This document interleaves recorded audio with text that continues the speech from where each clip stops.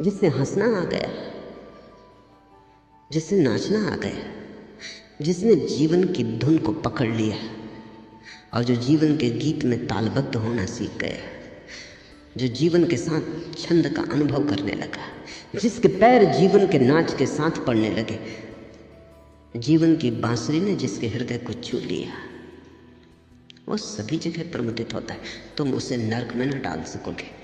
शास्त्र कहते हैं पुण्यात्मा स्वर्ग जाता है, पापी नरक जाता है। बात बिल्कुल भिन्न है। पापी कहीं और जा नहीं सकता। ऐसा नहीं कि नरक भेजा जाता है, कहीं भी भेजो पापी नरक पाता है। ऐसा नहीं कि पुण्यात्मा को स्वर्ग भेजा जाता। कौन बैठा है सब हिसाब करने को? कौन इस सब व्यवस्था को बिठाता रहेगा? किसको पड़ी है? पुण्यात्मा को कहीं भी भेजो वो स्वर्ग पहुंच जाता है। मैं एक कहानी पढ़ता था। यूरोप का एक बहुत बड़ा विचारक हुआ एडमंड बर्ग। वो रोज सुनने जाता था एक पादरी को। पादरी ने एक दिन चर्च में कहा कि जो लोग पुण्यात्मा हैं और परमात्मा में भरोसा करते हैं वो स्वर्ग जाते हैं।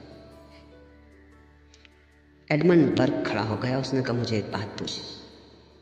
आपने दो बातें कही कि जो लोग पुण्यात्मा हैं और परमात्मा में भरोसा करते वो स्वर्ग जाते हैं। मैं पूछता हूं कि जो लोग पुण्यात्मा हैं और परमात्मा में भरोसा नहीं करते वो कहाँ जाते? और मैं ये भी पूछना चाहता हूं कि जो परमात्मा में भरोसा करते हैं और पुण्यात्मा नहीं, वो कहाँ जाते? एडमंड बर्ग की जिज्ञासा एकदम प्रामाणिक थी। पादरी भी ठगा सा रह गया, अब क्या कहे। उसे बड़ी उलझन हो गई। अगर वो कहे कि जो लोग पुण्यात्मा हैं और परमात्मा में भरोसा नहीं करते वो भी स्वर्ग जाते, तो स्वभावतः बर्ग कहेगा फिर परमात्मा में भरोसे की जरूरत, पुण्य ही काफी है। और अगर मैं कहूं कि जो लोग पुण्यात्मा हैं और परमात्मा में भरोसा नहीं करते वे स्वर्ग नहीं जाते, तो बर्ग कहेगा तो फिर पुण्य की झंझट में पड़ने की क्या जरूरत, परमात्मा में भरोसा काफी है। पादरी ने कहा, मुझे तुमने उलझन में डाल दिया, थोड़ा मुझे सोचने का समय दो। कल रात भर पादरी सो न सका। आदमी निष्ठावान रहा होगा, चालाक नहीं, बुद्धिमान रहा होगा। बहुत सोचा लेकिन उलझन न हल हुई। सुबह सुबह बोर होते होते रात भर का जागा, सोचता सोचता नींद लग गई। नींद में उसने एक सपना देखा कि वो ट्रेन में बैठा है। उसने लोगों से पूछा, ये ट्रेन कहाँ जा रही? उन्होंने कहा, ये स्वर्ग जा रही। उसने कहा, चलो अच्छा हुआ, यही तो मुझे पूछना था, ये अच्छे हुआ आंख से ही देख लूँगा। तो उसने सोच रखे नाम मन में, जैसे सुकरात परमात्मा में भरोसा नहीं करता था, आदमी पुण्यात्मा था। जैसे बुद्ध, इससे और पुण्य की साकार प्रतिमा कहाँ पाओगे? लेकिन आदमी परमात्मा में भरोसा नहीं करता था। तो उसने कहा, ठीक है, अगर ये बुद्ध और ये सुकरात स्वर्ग में मिल गए तो उत्तर साफ हो जाता है कि परमात्मा में भरोसे की जरूरत नहीं। अगर ये स्वर्ग में ना मिले तो भी उत्तर साफ हो जाता है कि पुण्य से कुछ भी ना होगा, असली चीज परमात्मा में भरोसा है। स्वर्ग के स्टेशन पर उतरा, बड़ी हैरानी हुई। स्टेशन बड़ा उदास था, जिससे कई जमानों की धूल जमी हो, किसी ने साफ न की। बड़ा हैरान हुआ, जाके गौर से देखा, तख्ती पर तो स्वर्ग ही लिखा है।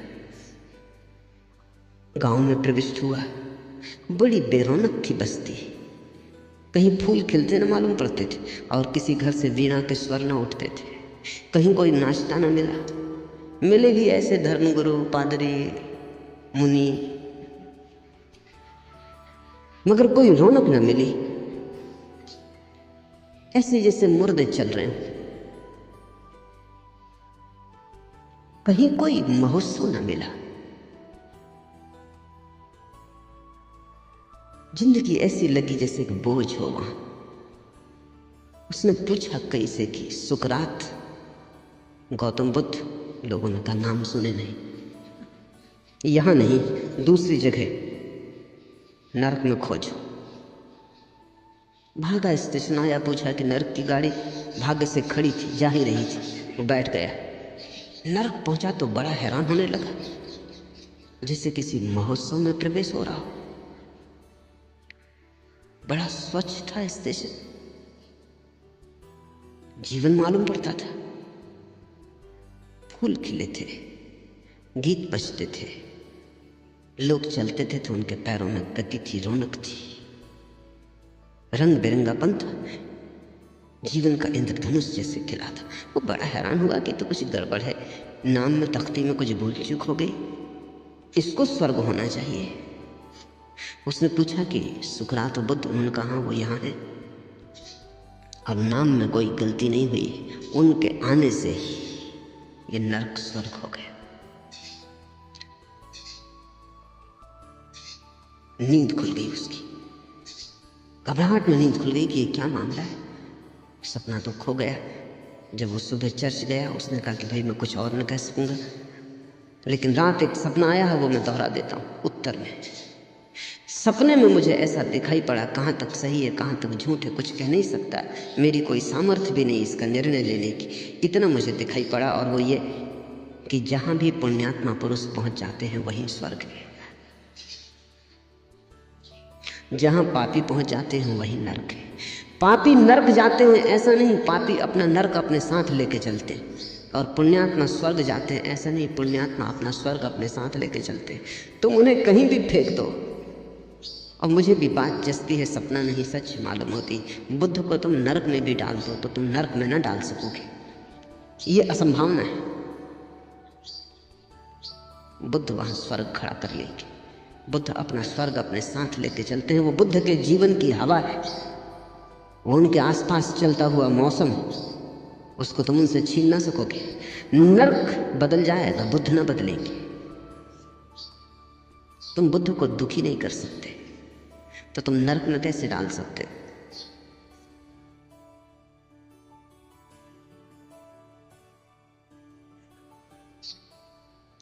तुम तुम्हारे तथाकथित धर्म गुरुओं को सुखी नहीं कर सकते, तुम स्वर्ग कैसे भेज सकते? बस इसी धुन में रहा, मर के मिलेगी जन्नत, तुझको ए सैफ न जीने का करीना आया। हे धर्मगुरु, तुझे जीने का करीना न आया। तू इसी आशा में रहा कि मर के मिलेगा स्वर्ग। जिसने जीते जी स्वर्ग न पाया वो मर के कैसे पालेगा? जब जीते जी चूक गए तो मुर्दा होके कैसे पालोगे? स्वर्ग तो होता है तो जीवन से जुड़ता है, मौत से नहीं। स्वर्ग होता है तो जीवन से निकलता है, मौत से कैसे निकलेगा? स्वर्ग मरघटों में नहीं है, स्वर्ग वहाँ है जहाँ जीवन नाचता है हजार हजार रंगों में।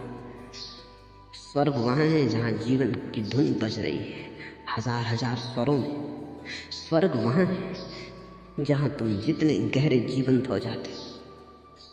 स्वर्ग सिकुड़ना नहीं है, फैलाव है। इसलिए हिंदुओं ने अपने परम सत्य को ब्रह्म कहा। ब्रह्म का अर्थ होता है विस्तीर्ण, ब्रह्म का अर्थ है जो फैलता ही गया है, जिसकी कोई सीमा नहीं आती। तुमने कभी ख्याल किया, दुख सिकुड़ता है, आनंद फैलता है। दुख का स्वभाव है सिकुड़ना। जब तुम दुखी होते हो तब तुम चाहते हो द्वार दरवाजे बंद करके बैठ जाओ, कोई मिलने ना आए, किसी से बात ना करनी पड़े, बाजार ना जाना पड़े, तब तुम अपने को बंद कर लेना चाहते हो, सिकुड़ के पड़ जाना चाहते हो बिस्तर में। अगर बहुत ही दुखी हो जाता आदमी तो मरने की चेष्टा करने लगता है, कब्र में समा जाना चाहता ताकि फिर कभी कोई दोबारा ना मिले, अकेला हो जाऊं। इसलिए दुखी आदमी आत्मघात कर लेता है। लेकिन जब सुख भरता है, जब महासुख उतरता है, जब तुम नाचते होते हो, तब तुमसे कोई कहे घर में बैठो, तुम कहोगे नहीं, अभी तो जाना है, अभी तो बांटना है, अभी तो फैलना है। तुमने देखा महावीर और बुद्ध जब दुखी थे जंगल भाग गए, लेकिन जब आनंदित हुए, जब उतरा अमृत उनके जीवन में लौट आए वापस बस्ती में। इस पर किसी ने कभी कोई सोचा नहीं कि जब वो दुखी थे तब जंगल भाग गए थे अकेले में। उसकी बड़ी कथाएं शास्त्रों में है कि उन्होंने सब छोड़ दिया और जंगल चले गए। लेकिन इस संबंध में शास्त्र कुछ भी नहीं कहते कि एक दिन उन्होंने जंगल छोड़ दिया और बस्ती में वापस आ गए। वो दूसरी घटना और भी महत्वपूर्ण क्योंकि जब आनंद उनके जीवन में उतरा तो बांटने का भाव भी आया। आनंद के साथ आती है करुणा, आनंद के साथ आती है एक अभीप्सा की बांटो, लुटो, जो मिला है उसे दूसरों को दे दो, क्योंकि आनंद का एक स्वभाव है, बांटो बढ़ता है, न बांटो घटता है, लुटाओ बढ़ता है, छिपाओ मरता है।